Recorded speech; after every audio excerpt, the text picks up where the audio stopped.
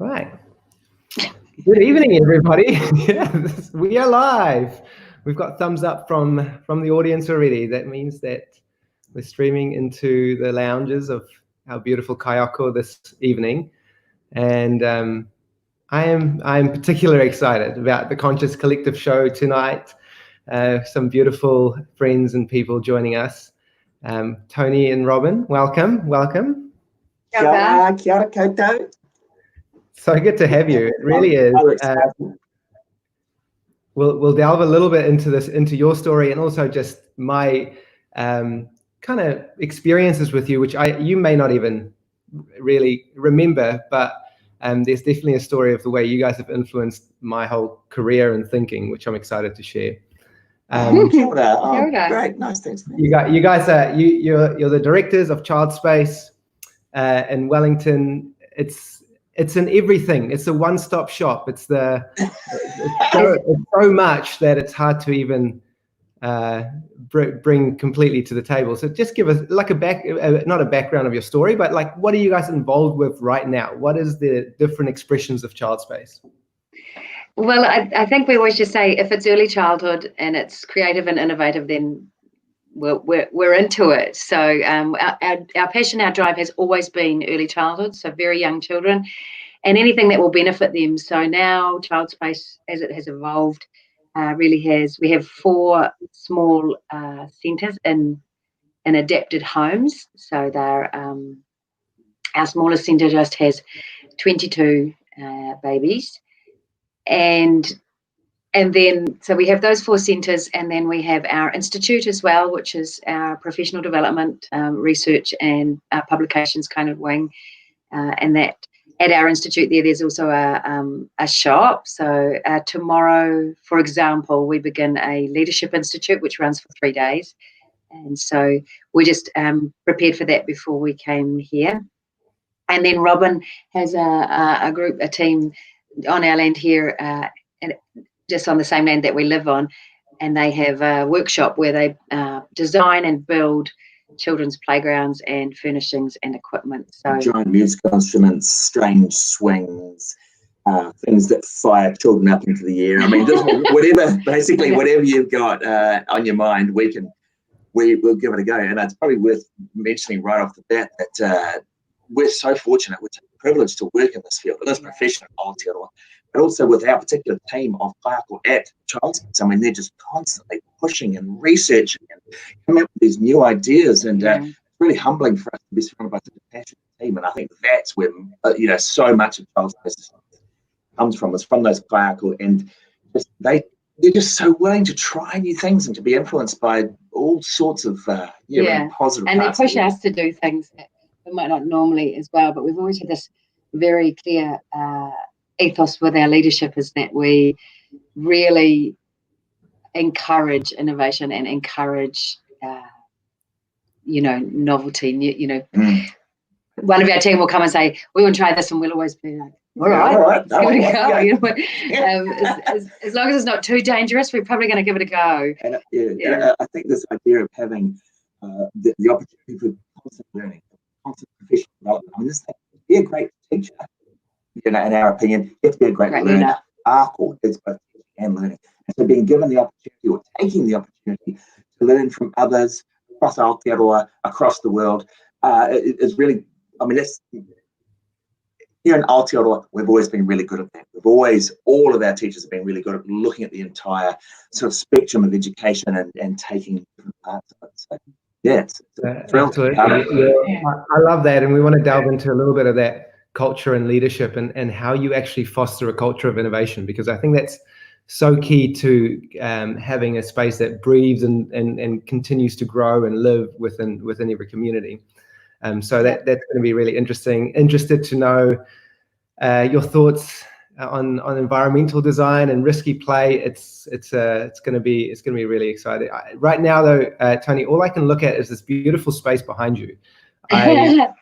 I like that I've got a fire behind me. That's one plus, but I would much rather be there right now. What is that? So this is my home office space, but it's really, we call it my craft room, drawing room, something like that. It used to be it used to be our bedroom a long time ago, and then it was our son's bedroom, and then it was our daughter's bedroom, and now they've grown up and both left home. I've reclaimed it, and I've hung stuff. I'm going to give you a little virtual tour here. I've hung branches all over the ceiling. Robin often jokes that I've just basically created a giant fire hazard. This is my space where I feel, really creative and really comfortable to war for hours or whatever it is I get to do after work. But yeah, you've caught us up late. I mean, this is close to our bedtime, basically. We're like those sort of creatures that when it's light, we're up, kind of like children, really. And then, we're early risers, and I think that's some of the best way to live, isn't it? Just to kind of live by the sun. With the sun, and it's great in winter. You get a lot of sleep. Yeah, exactly. It's good for us. I love that. So I think the first time I met you guys, well, actually in 2010, we went on a big adventure to set up our first childcare centre called Creators in Hamilton. And I remember my manager at the time said, well, like we wanted to go natural materials with everything. And back then it was quite innovative to go natural, like it was not done too much. And she said, well, you got to find these guys in Childspace. They do really cool things. So we ordered all our tables and chairs from you and a bunch of other things. And it was just absolutely beautiful. I just loved it. And then about a year after that, I managed to come down to Wellington to meet you guys. And I'm not sure. Manager. We remember, yeah. And here's what stood out for me. It was like the pedagogy and the relationships and the way you ran things were amazing. And there were lots there. But actually, it was your spirit that captured me, because you were just so willing, so grounded, so present to even be with us. I'm sure you get people who want to have a look and need your time, but there was no time there that you made me feel like I'm an inconvenience. There was no hurry. Well, you're a charming fella, you know that. You're pretty easy to be around, brother, just so you know. Thank you, Robin. Thanks for saying that. That was such a beautiful moment for me. And I mean, everything that I saw, everything from the way that you guys would sleep children outside to even the importance of relationships within your under two space. And I remember specifically thinking the way you connected the nappy changing with sleep, just environmental design stuff to make things easier for teachers and so that they can be more present. All those things were just absolutely amazing. So I'm sure 9 or 10 years on, there's even more. Yeah, I think that it all really stems from having a background in teaching, because that's where we both came from. We're teachers first and foremost, and I think that does lend itself to understanding and knowing what the reality is. Sometimes we do a lot of environment design for groups, and we'll be in the position of redesigning a space that maybe, I don't know, an architect designed with an idea of what he or she thought children might like, but not with a real background in actually doing this. And so that's one part of it. But the other part, of course, is just constantly innovating from our teachers' perspective. So it's our teachers who say, hey, we really need hand washing right here, or we need to lower the sink to this size, or whatever. And so Robin and his crew are very patient, because I think that there's one sink at one of our centres that they have lowered and then put back up and then lowered again and then put back up again over the last 20 years.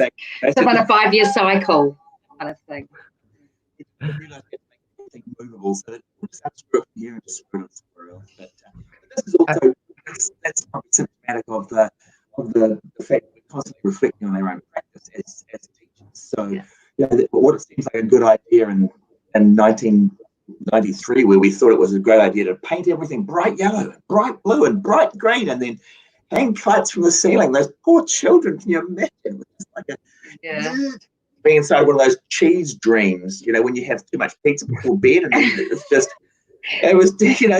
So we really believe that you do the best you can with the information you have at the time. And so I had to remind myself of that when we had painted all our centres bright colours. And I distinctly remember this moment. We'd gone on a centre tour somewhere else. seen another service, and it was all beautiful, natural, light colours. It was calming. There was so much natural wood products and things. And I remember getting back onto the bus and just feeling mortified and just feeling like I was the worst person, just feeling like, oh my God, what have we done? We've created these monsters. And so that was the beginning of going back and slowly repainting everything and changing everything to, make things more natural. But that was just it. As you learn and you grow, you do better and you do differently. But I'm a firm believer in not beating yourself up about what you didn't get right, exactly. back then when you didn't know any better. Yeah. I think that's such an important point, because I was just talking to one of our leaders yesterday, and she was, we were listening to some beautifully inspiring centers who've been together for 35 years and have got this deep culture. And and sometimes when you're in that space and you see your reality and you recognize the fire that burns in you that says, yes, that's what I desperately want to achieve, you kind of have these two different internal responses. One is like, I'm not good enough, I'll never get there, and you kind of beat yourself up.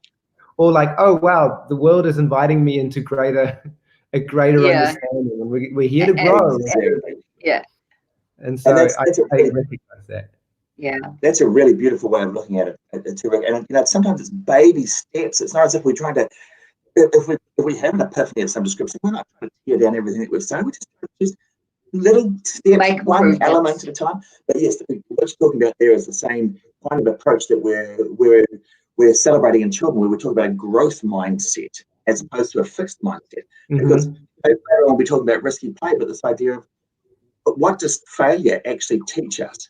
How does a negative play experience, how does something that a child gets injured or they get rejected by a friend or something doesn't go right, how are we as adults helping them to frame that in a way that says, I can learn from this.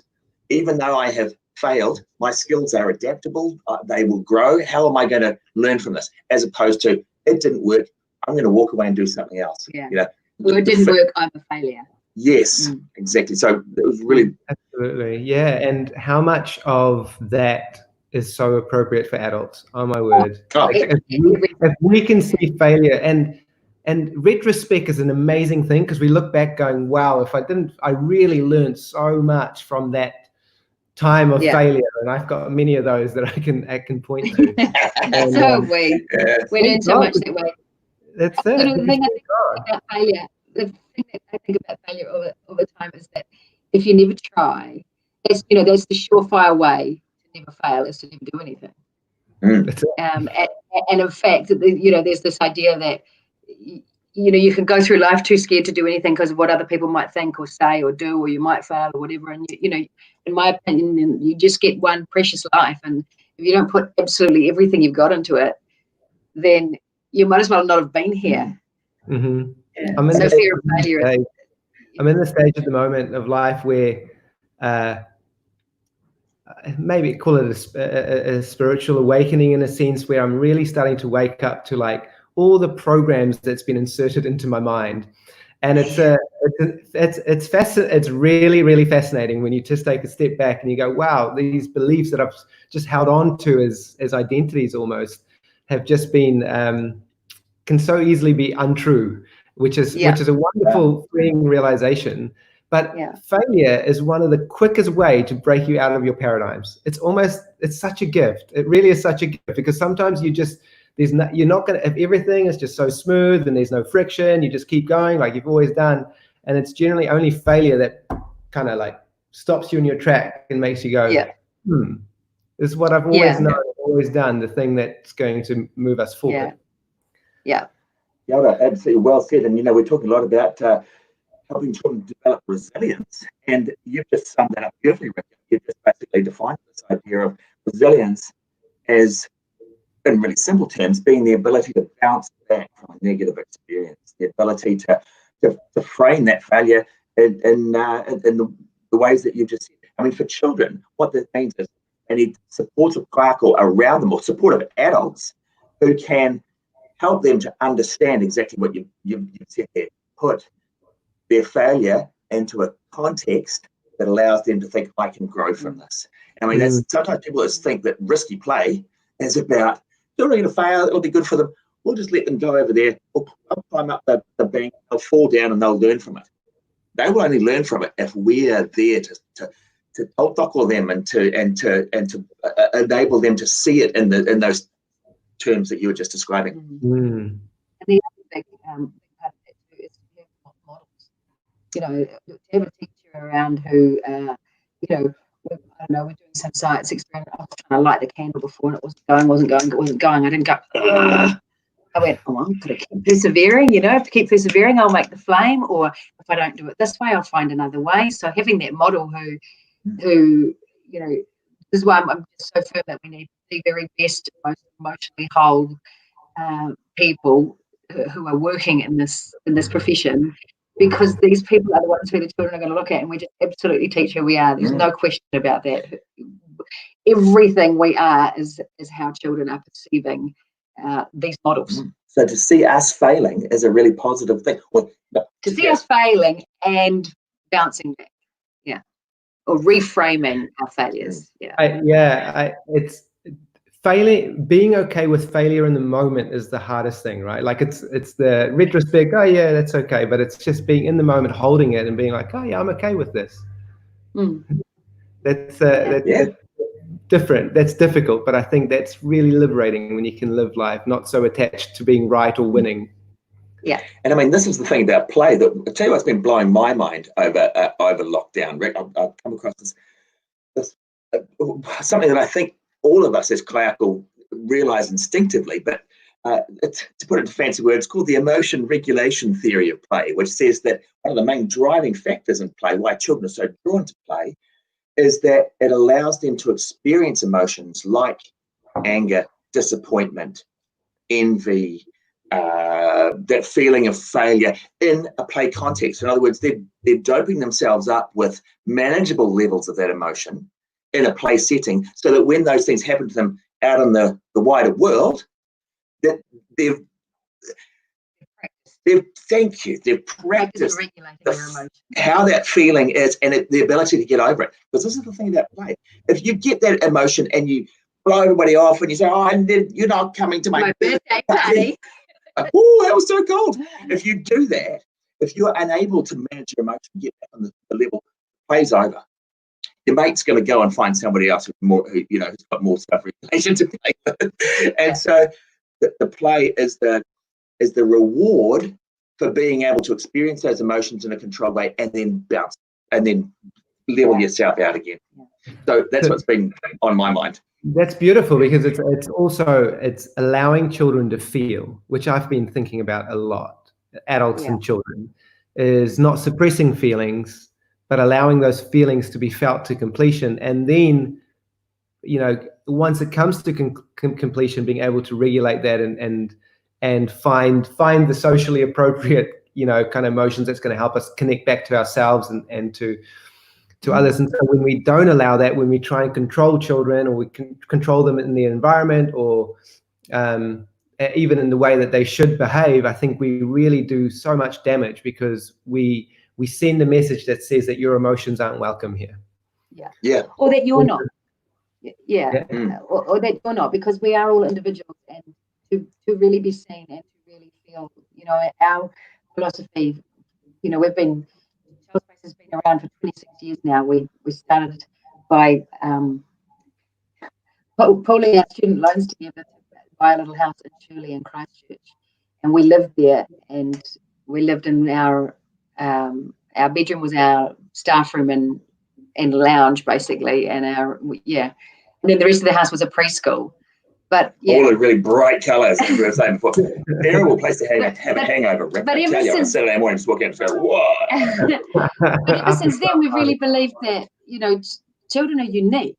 Absolutely, you know, we're all completely unique individuals. And in order to really succeed and to really develop to our full potential, we all need to experience acceptance and respect. And that has been it. It has been the guiding philosophy for us for 26 years. And you know, if you walked into one of our services tomorrow, you know, you could still see that philosophy in action, but it would look different to another service of ours. So there are 4 of them, and they're all quite different because it's the kaiako there who we trust to guide that program and to guide that philosophy. It's a pretty simple premise, and as long as as long as that's the premise that's upheld, then that is Childspace, and they are going to all look different. So we have, for example, we have one service that is practicing continuity of care at the moment. So they are taking small groups of children from home visits coming into the service, and then the kayako are staying with their cohort of children until they go off to primary school visits. And then they come back round and cycle back round to the infants again. And that is, in many ways, that is another place where they've got a real nature and forest kind of education bent. And that's about those teachers and that team. And that might be the case while those teachers are there, and when they move on, then that will evolve as well. But as long as it comes back to that idea that every child is unique and deserves acceptance and respect, then we keep our kaupapa and within whatever realms the teachers want to guide it, and the children. Those realms are pretty much the teachers are guiding these kaupapa, and whānau as well. It's got to be intentional. These are research-based sort of attitudes, not like saying, "Oh, I just saw this good stuff on Pinterest. We're going to sleep the children up the trees today," or whatever it is. It's like, let's look at the literature. Let's talk to other people in our here who have done something similar. Let's make sure that we're actually doing this for the right reasons before we go off and do something. And let's go to the source as well. Back when we were first interested in Raya, it was about getting people to see Lotsie and Rakesh. And at the moment, we have a real fascination, really, is probably the right word, with self-regulation and the work of Stuart Shanker. And he's working out of the Merit Centre in Canada. And until our border was closed, our plan was to be in Canada in a couple of weeks' time at his self-regulation symposium with a couple of our teachers who also have a similar interest, and we'd done shared online study for a long time. This is the kind of, I think, investment that you want to make in your people to make sure that your program is really strong and guided by fact and by proven research and by really by really good knowledge. Yeah. Professionals. I mean, the thing, we're coming into professional teachers. We're coming into this with a desire to learn, with a desire to be the very best class that we possibly can. And the other thing is that from a director's point of view, when we've got these people who say, we absolutely believe in you. We think that the Natural Phenomenon Conference in Northland, you're going, fantastic. We believe in you. Take lots of notes, come back and tell us what you learned. And they're going, they believe in me. Yeah. So it's really good investment in your team to be allowing them to learn in lots of diverse ways. We've always said, what's the cost of not doing it? And when I say that, what I mean is, a lot of people look at investment in professional development and they'll say, oh, that's really expensive, we can't afford that. But I always think, what's the cost of not doing that? Last year, we took all our managers to see Brené Brown in Sydney. And, that was an incredible time for us all to connect, but to learn new strategies around leadership as well. The year before that, we took all our managers to Bali for a conference around creativity. So, again, total junket. Total junket for us. But again, it was something that creativity to me is a really, really important part of good teachers.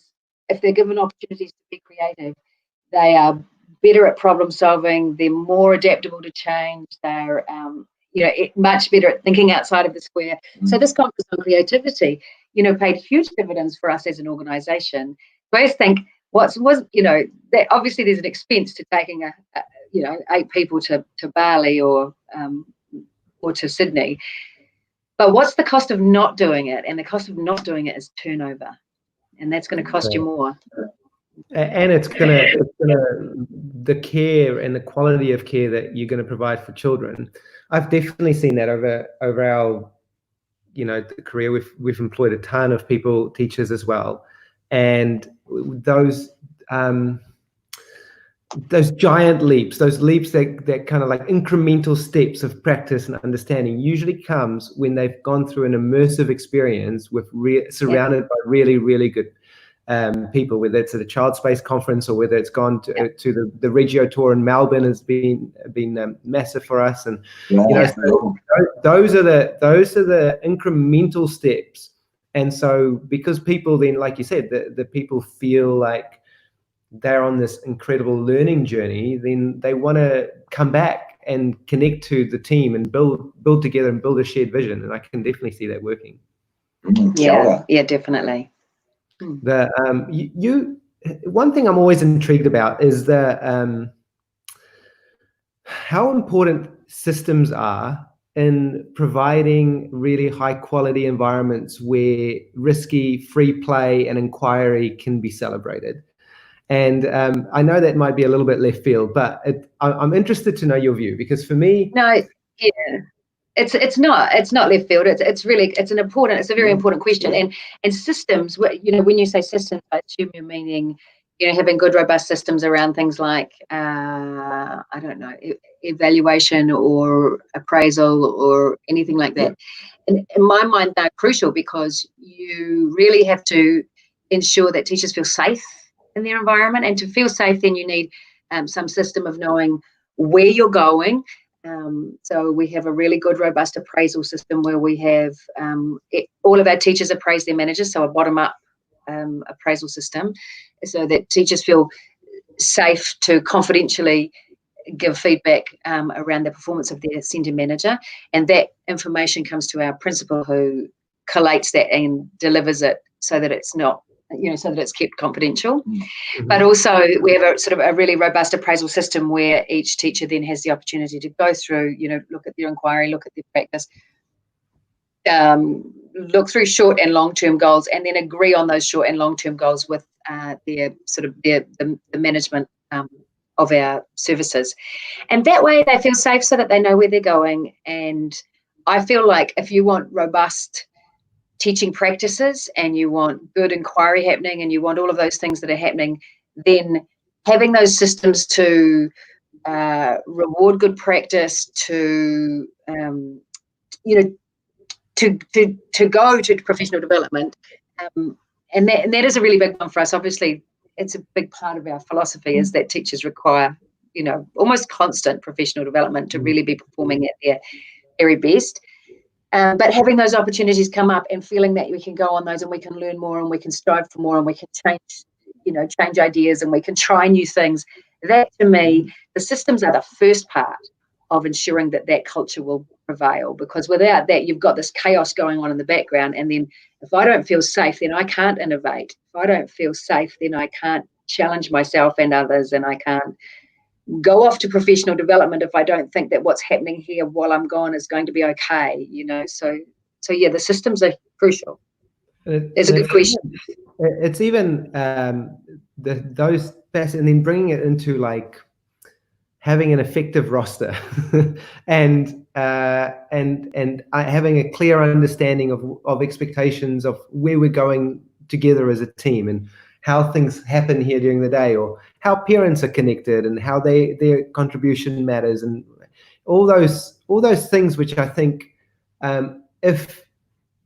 or how the health and safety checks are done. If they aren't strongly systemized, it feels like they become the main thing instead of slowly just being in the background as the foundation that upholds, this essence of flow or play as it happens.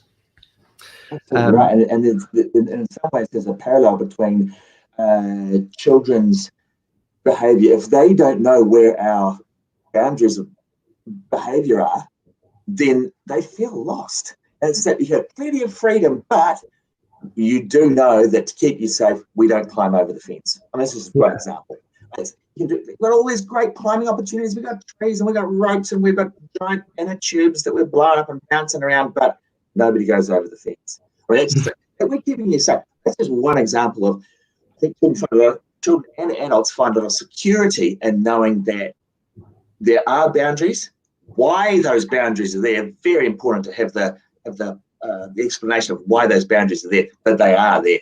within these boundaries, we've got lots of freedoms. But I think there's a parallel between adults' behaviour and children's behaviour. And having the opportunity to as well, you know, I mean, one of the things I used to find fascinating as a teacher was those, you know, we used to make contracts with children about what they would, you know, Robin, what I they think we're would just find losing it. acceptable. I've We always just really lost your enjoyed audio that. there for a second. Sorry, I think. Oh, sorry. I just got you. Yeah, maybe so just a little closer. Every now and then, Robin's audio goes out as well, so it seems to be quite directive in the mic. But okay. So closer, I think the closer you sit to the screen, the the better the audio comes through, just like that. Then they can see all our pause. Carry on again, Tony. Oh no, that's fine. I was just saying that having the opportunity to affect those rules as well, you know, as both a teacher and a child. I loved when we used to make contracts with children, and they would say things like, you know, because we would say, now, how are we going to behave here? You know, this is for all of us to decide how we will treat each other. And children would always say things like, no spitting, and everyone would go, yeah, that's right. We'll write that one down. No Okay, spitting, yeah. And they write that down, and like, no, spitting was never an issue. We never had anybody doing any spitting. Of course, we won't now.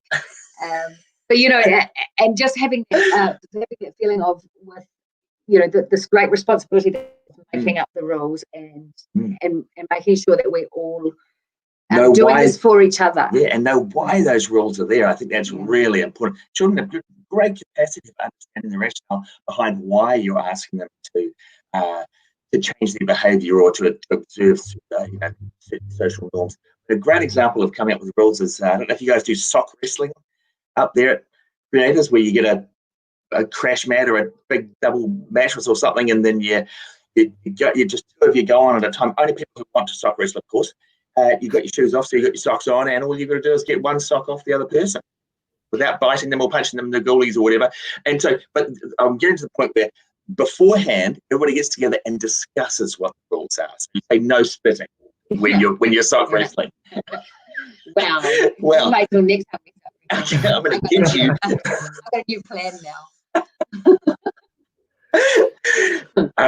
So yes, I mean, that's just an example of what you're saying about having a tamariki, empowering them to come up with the laws and the sort of the guidelines about how we behave, because then of course they're much more likely to abide by them, and of course to be able to police each other. Say, oh, Tony, remember what we said about spitting? Don't you? Yeah, yes. And it's I mean, it's a beautiful democratic process, isn't it? It's really honoring and culturally connected to the idea of respect for children, and everyone has a voice, and you have ideas, and those ideas are you know, is willing to be heard, and that you can, and that you can affect change and you can contribute, and you know, I think that just that process alone is just worth every bit. Yeah, we all need to feel that. We could be 2 or 72, but we need to feel heard. We need to know that we matter. We need to know that we're loved and we're lovable. And it really doesn't matter how old we are. That's part of the process. I always think in leadership, it's about, you know, when I was teaching, it was always about those children, and their needs were paramount for me. My little group, I needed to make sure their needs were met. So when it came to even looking at the strands of te whāriki, you could say, do they feel they belong? They have a sense of well-being. Are they contributing? You know, communication, exploration. The same thing can be said in leadership, except that it's the teachers, it's the kaiako, it's the people, it's the adults you have responsibility for them, and you have the same responsibility. And I'm not meaning for this to sound patronizing at all. I'm not saying adults are the same as children, but their needs are. They still need to feel that they belong. They still need to feel a sense of well-being, that they can contribute. And you know, exploration can be directly linked to professional development. So it's about shifting your focus. You know, when you're moving from teaching to leadership, it's just about, it's the same stuff. You're still caring for people's needs. You're still serving. You're just serving a different population. You're serving a different group. Yeah, absolutely. That makes so much sense. So you guys, I caught you saying before that this is 26 years. Is that right? Yeah, 26 years. We've Childspace has been around. In February 14 this year was our 26th anniversary. What? So, and how long have you been married? Not nearly long enough. 24. Not nearly long enough. 24 in March. So we had our business. We were in business together before we were married, and I think when we pulled our student loans, we were just 20 when we opened Childspace. I don't even know why anybody trusted us to bring their children along, but the first day we opened our doors, we had about 3 children, and it was just me and Robbie, and we worked from 7 in the morning till 6 at night. And honestly, we would just go. After work, we would just have dinner and fall into bed. And the children always used to say, they would always go, at the end of the day, and parents come to pick the children up. And if the children don't want to go home, then the parents go, oh, well, I'll just leave you here then. And the children would always go, yeah, that'd be great. And we'd always say, no, it's no fun here.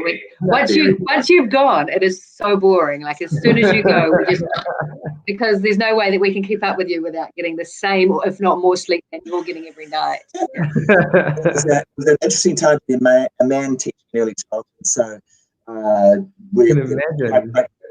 A high-profile case in Christchurch just before we opened, where a man had been, some would say, accused, accused and put in prison, basically, for in an early childhood setting. Anyway, but that's one of the things I was going to say, Rick. You've always been such a great supporter of bringing more good men to early childhood.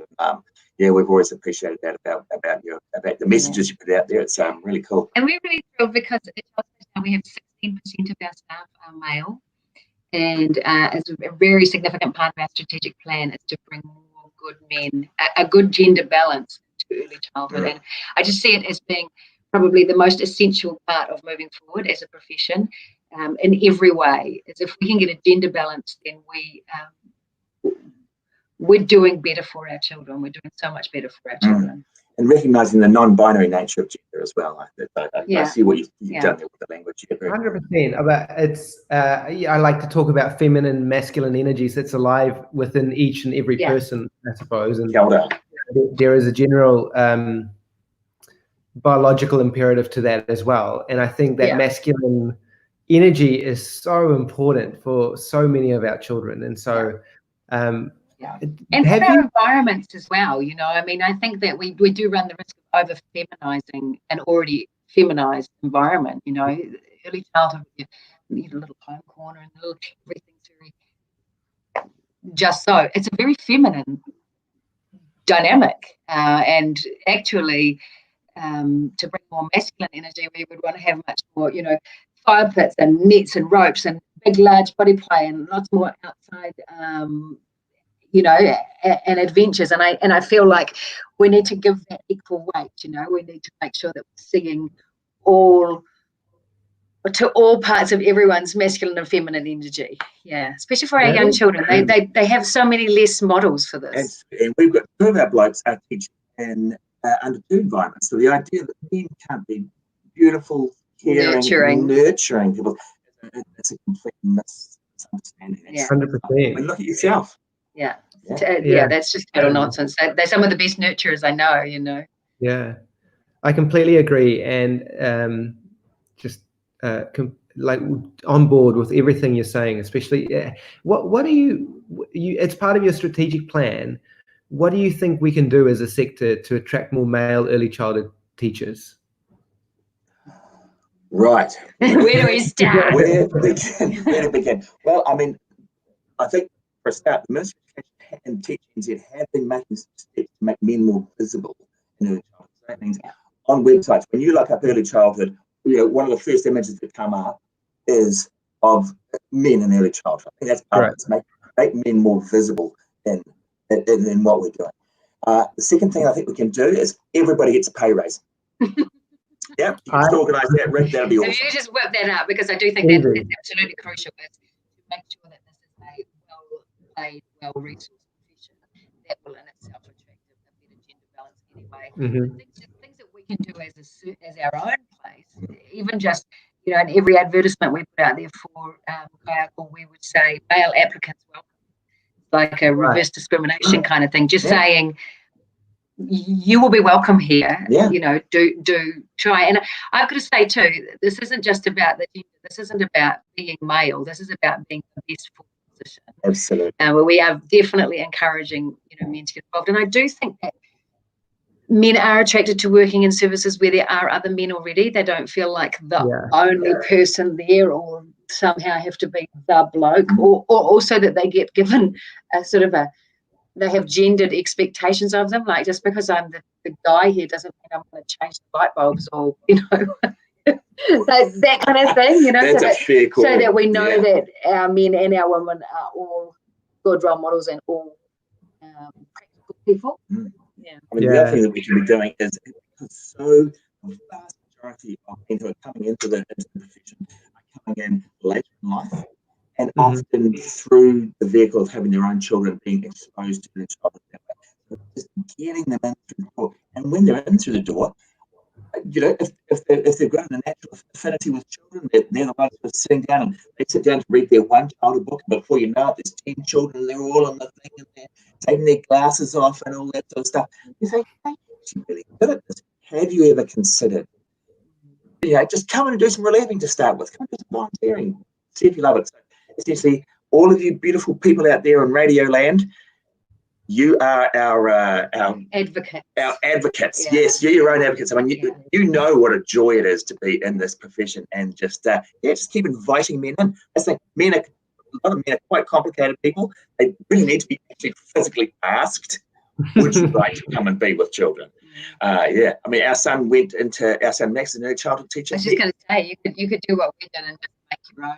Yeah, brainwash. Childhood teachers, just brainwash somebody. That's what we did with our son, and we just feel really fortunate that we essentially brainwashed him into believing that this is the only worthwhile, essential thing that you could do with your life. And so yes, but he's done something really interesting. He was studying. He's finished his degree in early childhood. He's doing his master's at the moment. But when he was studying, he started a group called ECE Equality at Victoria University, and that was one of the issues we had sort of uncovered was men were starting in their training in their university and not making it through. So they were pulling out, and on asking the university were they doing exit interviews, that they weren't. So they didn't know why we were failing these men. Why weren't they making it through their qualifications? And so Max sort of started this support group, which was about getting men through their studies, but it actually became all about equality, all about this idea that we needed a balance in gender, or a balanced gender workforce. And that actually, because the year that he started, I think he started with 5 other men, and he was the only one in that class to graduate. So they did just drop that one by one. But he's been helping a lot more young men to actually complete their studies by mentoring them, essentially. And I know someone else in Adelaide, who's your Martin Mills Bain. Yeah, so he runs this something called Mentors, and that is all about mentoring young men through. And I know when Max and Josh, that they went out to things like the careers. The careers at Isaac College. Yeah, because there's lots of there are a lot of young men who have been part of a larger whānau for a long, long time, and they've always really got gotten on really well with children, had a lot of younger siblings. But it wouldn't be suggested to them that early childhood would be a good career path. But then when they see a couple of young guys who are blowing great big bubbles and talking so eloquently about how much how enjoyable and how rewarding this is, they kind of go, that's so we can do that. Yeah, okay. So those are just some things, but there are plenty more. Absolutely. And when you're talking about support through training, I would say that I don't know if this is just anecdotal evidence, Rick, but a lot of the men that are coming into early childhood are absolute naturals, have also got learning difficulties of one sort or another. So they're natural, beautiful, whatever. At the same time, they've got dyslexia, for example. Right? It's just, so I think that's something else that we can do to help get through, is not only have the emotional support, but also have the practical. Reader writers. Reader writers who it's hard enough getting hold of one at high school to help you get through your course, but at university, I think that's something else, a really practical thing that we could do. In the workplace, if you're supporting somebody in the workplace, we have a couple of guys who are studying, and certainly we have regular catch-ups with one of them, just to make sure sure that we're on, he's on track with his assignments. Is there anything we can help with? We've got a library at the Institute. We might suggest books or readings. We might, would help him out with that, kind of connecting that research, or just connecting the dots for him. Sometimes he'll come and say, what does this even mean? And luckily, because, we've got a really, we've got a fantastic team of people who really have done a lot of study over their years in the profession, that they're able to answer his questions in terms that he understands. And he goes, okay, I get it. He's just had this class. He's just had this whole class on this subject. He hasn't really understood it until we've said 5 words about it. That's really helpful to have those mentors, and if you have somebody in study, then just mentoring them through that process. That's something to be really aware of when we've got men who may be coming for their practicums, and they're midway through, just to be aware that if we can create connection with them and not mentor in a condescending way, but in a real really supportive way, and walking with them and encouraging them, and just letting them know this is really important for the future and for our children. That sense of mana that comes with it, I think, would be super helpful. Beautifully said. Definitely. Yeah. So we touched on one of the important aspects which you think is key for our sector right now, which is getting more men into early childhood. What are you guys working on? What's alive in you at the moment for the future?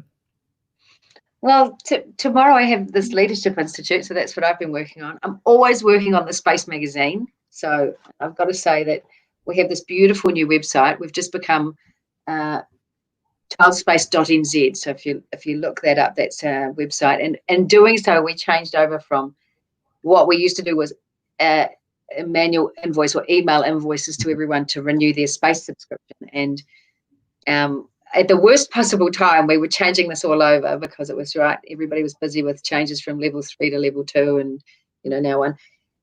We were saying to people, you need to go online to renew your Space Mag subscription. We had about 2,000 subscribers, and we just sent out this beautiful Space Mag here, and we sent a whole lot of emails that said, make sure you go online and renew your subscription, because we're not doing old invoicing way of life anymore. We're doing online subscriptions. And we just sent this out to 300 out of the 2,000. So please, if you're listening out there. Getting slow in the uptake of the digital world. So but we've still got a pile of these, and we'll send them out as soon as you renew your subscription. So please do, because it is a pretty cool little mag, and it does, it does provide us all with that guidance. Yeah, that magazine has been a staple on our in all our centres in the teachers' staff room, and just wonderful articles, so inspiring. The way that you highlight great practice from around Aotearoa, I just don't think you'd ever know the importance and the impact that little publication, that labor of love, because I said to you before, I know how much effort would go into making that. It's just insane, and the quality that you produce 4 times a year, I can't even imagine. So it's very good. Do you want to know how it all even came about? It was basically us going into early childhood staff rooms, just like that, and seeing all these the Women's Day and New Idea and the stuff that will rot your brain, and then because we actually have some really, really good academic journals in New Zealand. Yeah. But the thing about those is, and there's a real place for those, but the thing about them is that they're all peer reviewed. They're written by PhDs, or the articles are contributed by PhDs. Not many pictures. And not many pictures, and the stories are all kind of 15 pages long, kind of thing. And so we kind of put it all together and went, you know what we need? We need something that's full colour, glossy, fun, but you could sit down and in your break you could get some kind of inspiration out of it, instead of just reading about whether Brad and Angelina are on or off, or but it needed to be that kind of bite-sized chunks of good learning as well. And then I just love now that it's just turned into something that is by the people, for the people. The whole sector is behind it, and they send us in ideas and recipes and pictures, and you might be interested in this, and I'm always just like, yes, I would love to publish that. Such a talented group of people, aren't you? Yeah, there's some amazing practice, and I feel so privileged. We feel so privileged of being sort of curators of the Space Mag, because we're hearing all this stuff all the time. So we're getting really good news stories from out there, from our profession as well. Yeah, I love that. So just so I can come back to this, what do people need to do to take action to get their magazine subscription back on the rails? That's so good, Rick. Just go to childspace.nz and go to Space Magazine subscribe, or put it in the search engine or whatever, and it'll basically just do everything for you. You do have to like log in just the first time you log in there, so that you'll have a login, and then from then on our system will remember you, and it'll do what you need to do. It just means that you can renew much easier each year as well. So please, if you haven't resubscribed, this should have arrived in your letterbox by now, and if it hasn't, that means somewhere along the line we've got it mixed up, or it hasn't. You haven't got one of the emails that had been saying please go online and subscribe. So, but thank you, Rick. I appreciate that, because that's probably what's on top most for us, is like this appearance of 1,700 subscribers. What we'll do is on our Conscious Collective page, we will do a giveaway maybe with the Space Mag, and we can just highlight that again for you, and then also give people an opportunity to actually get their hands on that beautiful piece of art. Thanks. We appreciate that. But we've also got lots of other things always on our mind. But my research at the moment is taking me into the interbrain, so neuroscience, and just really fascinated about basically infants are born ready to connect to a bigger mainframe, and that the brain is all wired ready to connect to this more mature, experienced brain, and that's been just totally blowing my mind. The more I learn about it, the less I know, and I'll be addressing that baby around this year. And I've been planting trees for 10 acres here, so basically we're right on the edge of Wellington, and people keep coming and saying, "Oh, you should put a subdivision in there." It's like, no, we're going to plant. We're halfway through planting the entire process of the forest. It's all natives, and all is a part of the orchard. It's just bursting with fruit. But yeah, it's going to be a forest full of giant nets and ropes and swing bridges and flying foxes and rivers, and just already the birds are coming back like nobody. This is our big legacy project. We're basically going to build. We've never been able to build the way that Childspace evolved. We didn't have the finance to do that, so we always adapted homes, and we now have the opportunity, or we've had to put it a bit on hold while we recover from COVID, but we do have resource consent for what is really a beautiful ecological building that will house 60 children, and kind of on 10 acres basically. It's stunning. It's about 15 minutes from the CBD in Wellington, and we have massive plans afoot to. It's kind of a utopian view, but we have this idea that the teachers who would come there would all have a specialist interest, and then so they would have of a 40-hour working week or a 30-hour working week, they would have 20 of those hours working with children, and then they would have 10 hours working in their special interest, and that might be whether that's with animals, or whether that's in forestry, or whether that's in music, whatever. So they would have that special interest, and then they would have time then to research that as well. So we'd have a research time. But again, I have no idea how I'm going to fund this utopia, or how we're going to make it work. But this is this kind of dream we have, and we always think we should start with dreams, and then we should not involve the bank manager until after we've really honed the vision. Yeah, it's very wise. It's very wise. Otherwise, they constrict things with budgets, and then we don't get to do the blue sky thinking, which I think is so vital to having a vision. Just got to go. What would you do if you could do the absolute best you could? You got to start from there. I think that's such an important point. Even in our settings as it is, sometimes we can get so caught up in the tunnel vision of the way that it's always worked and the way it always should be, that we don't remove ourselves to go, what's possible here? How can I think differently? How can I really connect with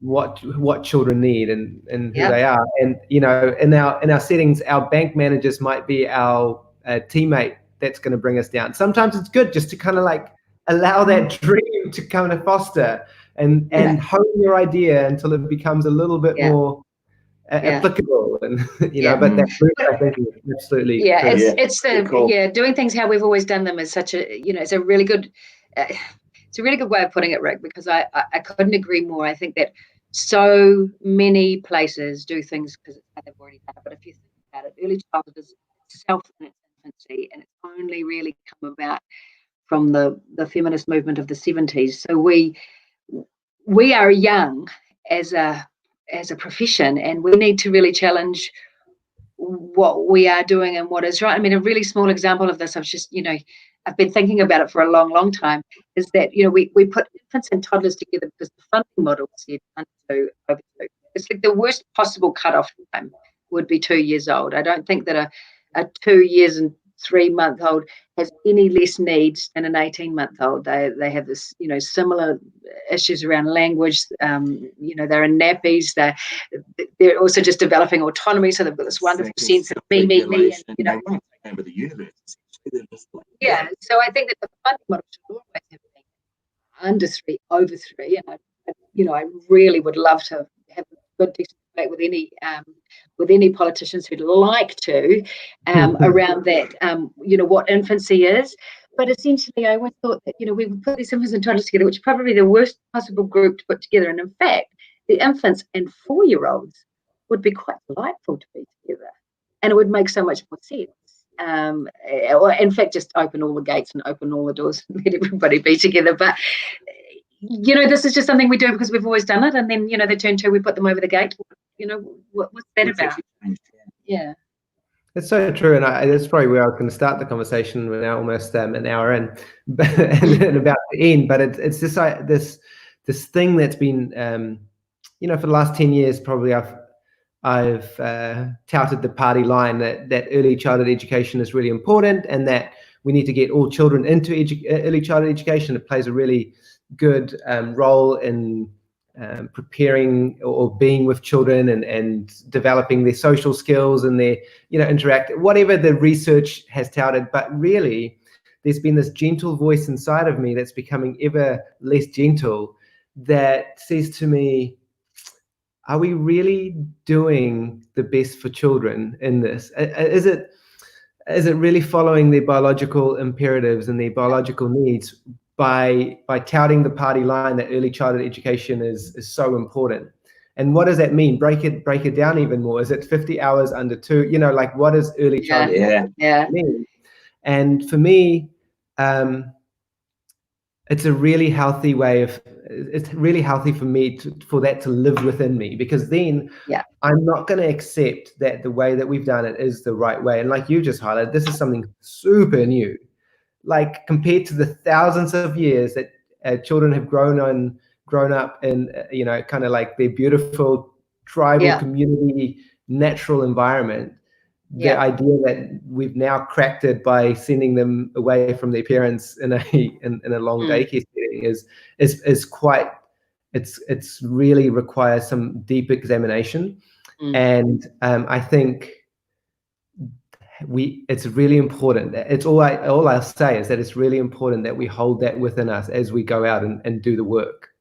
Yeah, I couldn't agree more. I think that's so vital. Yeah. I think that we, it's a privilege. What we do is a privilege. And I've always thought this. I've always thought, hand on heart, the best place for a baby, I would struggle to say that that's an early childhood service.